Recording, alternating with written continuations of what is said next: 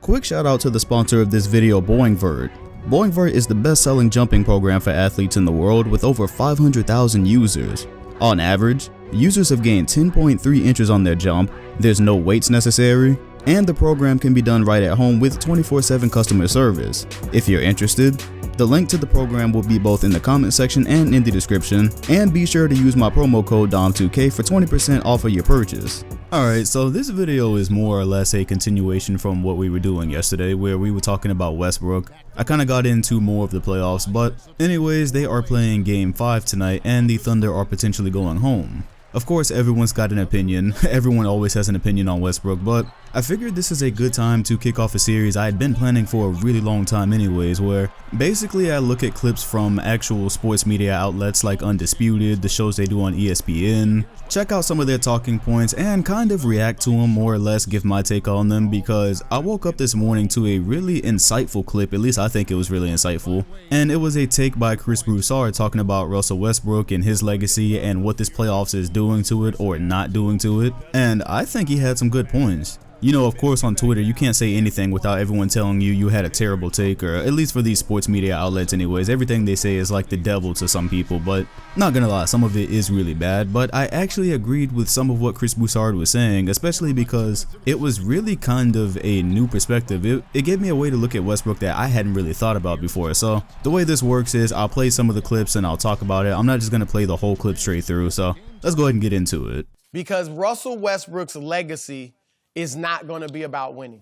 And it's not, I've made peace with Russell Westbrook's legacy. Really? He's going to have a legacy similar to Allen Iverson, Pistol Pete Maravich, maybe Dominique Wilkins, where he's this tremendous individual phenom, this spectacle, this whirlwind who puts up these incredible stats that hardly anybody else has ever done. In the triple-double case, no one else has ever done. And that's how we're going to remember him. And that right there is something I had never really thought about, believe it or not. You know, we do all this talk, especially for the great players, right? We're always talking about legacy, LeBron's legacy, Kevin Durant's legacy, and what it'll be if he stays with Golden State and all of this. But rarely ever do we talk about what a player's legacy actually is and what it's about.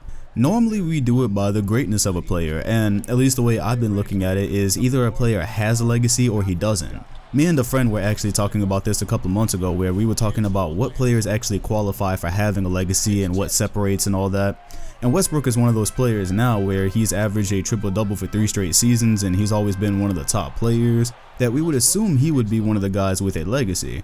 And Broussard is putting something really simple for it, actually. Because when you think about it, he's absolutely right. When we look at a player like Allen Iverson, yes, he's won the MVP award and he went to the NBA Finals, but we don't necessarily remember Allen Iverson and romanticize his whole legacy being about winning, because most of the time he wasn't. I have a video on my main channel that you can watch all about Allen Iverson's career and how his time with Philly almost ended prematurely, basically because his attitude and off-court activities. But we remember Iverson for that guy who just brought swag to the league, right? Being the small guy that was somehow still better than all these players. But we're not talking about Iverson like we do Kobe or LeBron in terms of the amazing things that they did and accomplished, in terms of winning. And so maybe it's a little bit early, but with us getting to the playoffs every year, with Westbrook continuing to do the same thing, especially since Durant has left, right? It really might be time to come to terms with the fact that this is how we're going to remember Westbrook. We're going to remember him in the tier of Iversons, because I saw somebody earlier, right? I was reading the takes under this video on Twitter, actually, and people, of course, you know, the people who basically shit on the past, they're just as bad as the people with nostalgia goggles. And you see, oh, don't put Russ and AI in the same sentence, blah, blah, blah. Hey, get the fuck over it, man. Oh my goodness. We're talking in terms of tiers of legacy, and if you think about it that way, Broussard is actually right here. If Westbrook's career goes the way it's going right now, we're going to remember him for being an absolute beast every season, for playing his hardest every night. But we're not going to remember him as the guy that could actually be the best player and take your team that far. Think about it. Minus all the other stuff with Iverson, like the swag he brought to the league and all of that, that is how we remember him. Honestly, And you will never win a title with Russell Westbrook as your leading player. And maybe even your second player. I don't even know if he can hardly be a second player because of the way he plays, his style of play. He doesn't take good shots. He doesn't understand time and score. He plays minute 47 like it's minute 17. He doesn't know how to slow it down and play with pace at times.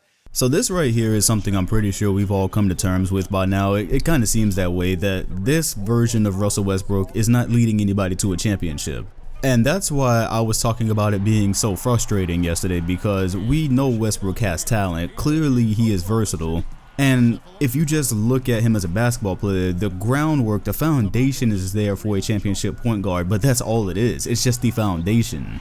And the reason I find that so frustrating is because being as great as he can be, I'm just going to go ahead and say what Chris Broussard says a little bit later because it's only a small point. He basically said what I said yesterday, that for Allen Iverson, you notice his best season was when he really accepted Larry Brown's coaching. That was his MVP season. That's the year they went to the finals. That's probably the best version of Allen Iverson we ever got. And that's what I was just saying about the Thunder yesterday, is that obviously the coach is the first thing to go when the team starts to turn over. I don't know who out there could rein in Westbrook, but it's got to be somebody. And maybe even is going to be a coach like with Larry Brown and Iverson, how they were butting heads. Maybe it's going to be somebody that butts heads with Westbrook, but it's got to be somebody, because it just seems like there's very simple things that a coach could tell him, hey, this is not helping us, and then he would change it. The things like taking three-pointers, ill-advised three-pointers, he takes so many of those. And that's a simple coaching thing. That's a simple Russ. This is not your shot. A pull-up three-pointer on a fast break is not your shot. And yeah, at this rate, the Westbrook that we have right now, this is not a championship point guard. This is not the best player on a championship team. And it seemed like this season he had part of that understood, right? Because before Paul George's shoulder just went haywire, he really was the lead guy, and it seemed like although Westbrook wasn't having a good shooting season, he had still kind of made way for Paul George to do what he needed to do. So he understood that part, but the shot selection, OKC, you've got to get a coach to rein that in. If Westbrook is your guy and this is the point guard leading you guys into the future, and this is who you're going to try to win the championship with, got to have a coach to rein him in, or it's never going to go anywhere. You could say the same thing about Steph. Yeah. Steph, Damian, Kyrie, James Harden. Now they're better players, better point guards than Westbrook. Now Westbrook is no longer going to be in the consideration of a top 5 player in the league right now. So where it's hurting him is his current position, but his legacy is set. He was this tremendous individual phenom. So this is the part that I kind of disagree with. This is where Broussard is basically saying everything going on right now and his continued failure in the playoffs is not affecting his legacy overall and his stature overall where we're going to rank him. It's affecting his current day status. Now that part I disagree with. He's saying it from the perspective of we shouldn't expect any more from Westbrook. So what he's doing right now, where he's basically not going to be a winner but he's going to be a great player, that's his legacy and that's how he's going to be ranked. I disagree. Yes, it is definitely affecting his current stature because now people should be able to see clear as day. For some reason, people were having the conversation of Russ being better than Steph Curry. Whenever he has like a stat sheet stuffing night, people always do that. No, Russell Westbrook is not a better point guard than Steph Curry. He's not a better player than Steph Curry. That is something I've maintained forever. You can fight me all day on that. He's not better than Steph Curry. But to say it's not affecting his legacy overall or his stature or ranking overall, it is. Because for those of us that are so in tune with his career right now and watching his career unfold, we're getting the sense that he's a player that should be greater than he actually is or than he actually became. Because Westbrook has the talent to get really high up there. The talent is all there, like I said earlier in the other snippet. The foundation is there. But for the most part, if he does not go on to ever win an NBA championship in his career, it'll likely be because he couldn't adjust his playing style to where it needed to be. He couldn't play a certain role.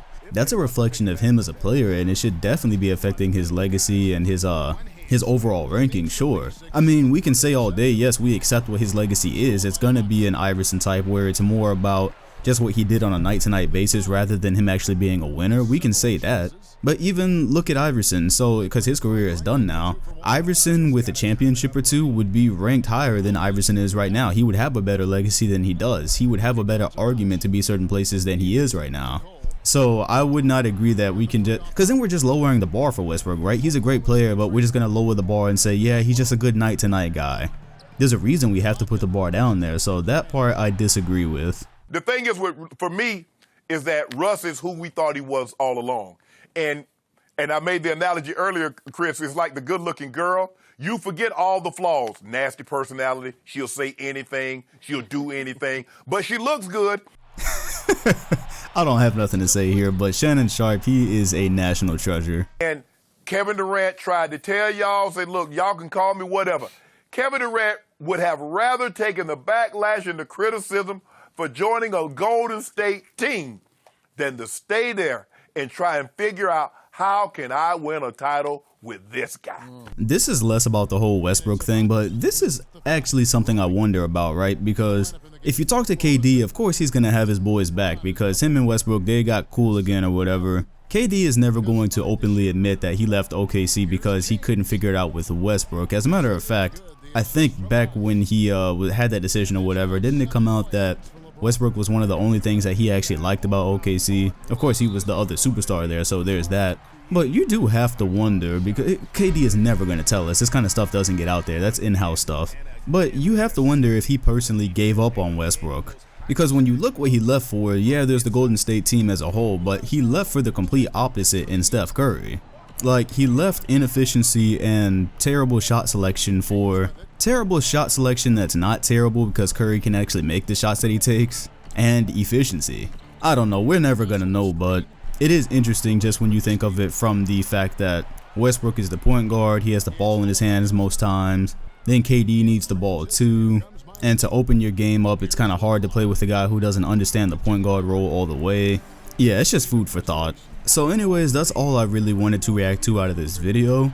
Some of the things I didn't show was them basically talking about how Westbrook is set in his ways because all his life people have said that he couldn't do something or play at a certain level, and he figured it out. He made it to the NBA, so he's kind of his own coach, it seems like. He's set in his ways. And one thing I didn't really realize until Shannon Sharpe said something is that Westbrook is now 30 or close to 30 years old. At this point, this is probably who he is, and that's scary because time just goes really fast for me. I didn't realize he was already at that age. And we're sitting here talking about a player having to change how he plays to actually go to another level, to actually become a winner. And you do start to wonder, is that going to happen for him? Because what has it been now? It's been 7 years since he was in the finals with KD and Harden when they went. And so he's been through 7 seasons since then. And he's heading towards, of course he's not, he's probably still got what, 5, 6, 7 years left in the league. But at this point, is he actually going to make any changes to his game? That's the part you don't really see happening. And when you think of it that way and you realize the fact that a lot of the stuff he needs to change is fairly obvious. The pace that he's always playing at, the shots that he continues to take that are bad shots, these are changes that can be pointed out to him, that probably have been pointed out to him. They're things that if you really want to win, they should be easy to change, and they're not changing. You really start to see that KD was justified in leaving, definitely. And I don't think anybody ever needed to justify KD leaving, right? Because it wasn't really him leaving that made people mad, it was where he went. But still, you know, a lot of people were saying that, oh, he left a good player and, oh, they could have figured it out in OKC.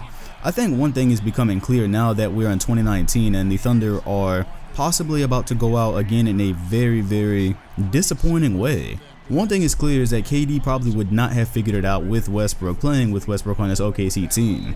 Maybe he could have went to San Antonio, maybe he could have went to the Clippers that summer or the Celtics, wherever else that people would have respected more than Golden State. But would he have ever figured it out with a player that would not make changes to the most crucial parts of his game? Because again, he did make way for Paul George this season. Paul George was the leader, or not leader. He was the main guy on the team though. He was the first option.